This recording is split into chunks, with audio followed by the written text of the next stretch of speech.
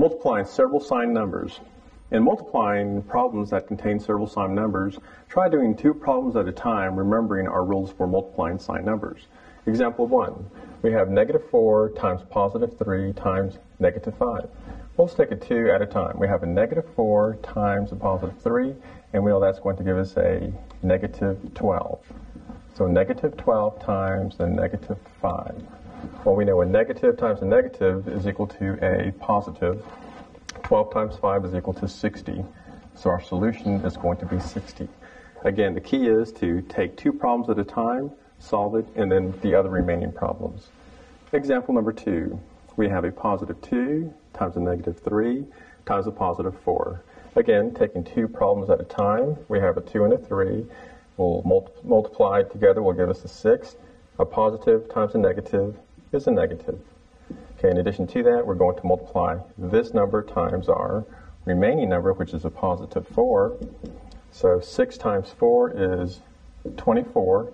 We have a positive times a negative, so our solution is going to be negative. Looking at a -24. Simplified way to determine negative or positive signs. When an even number of negative signs is multiplied, the answer is positive. When an odd number of negative signs is multiplied, the answer is negative. Example A. Here we have a -6, +3, -2, and a -3. Well, we can see we have an odd number of negative signs. So let's first multiply to simplify this. We have 6 times 3 is 18. Negative times positive is negative.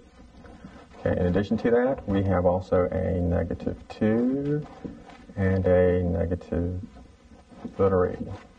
So 18 times 2 is 36.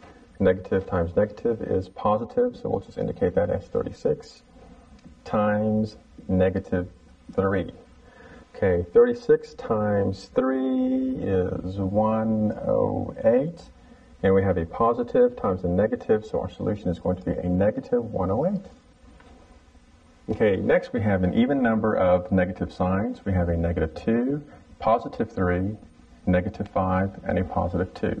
So we know that, start to simplify, 2 times 3 is 6, negative times positive is negative.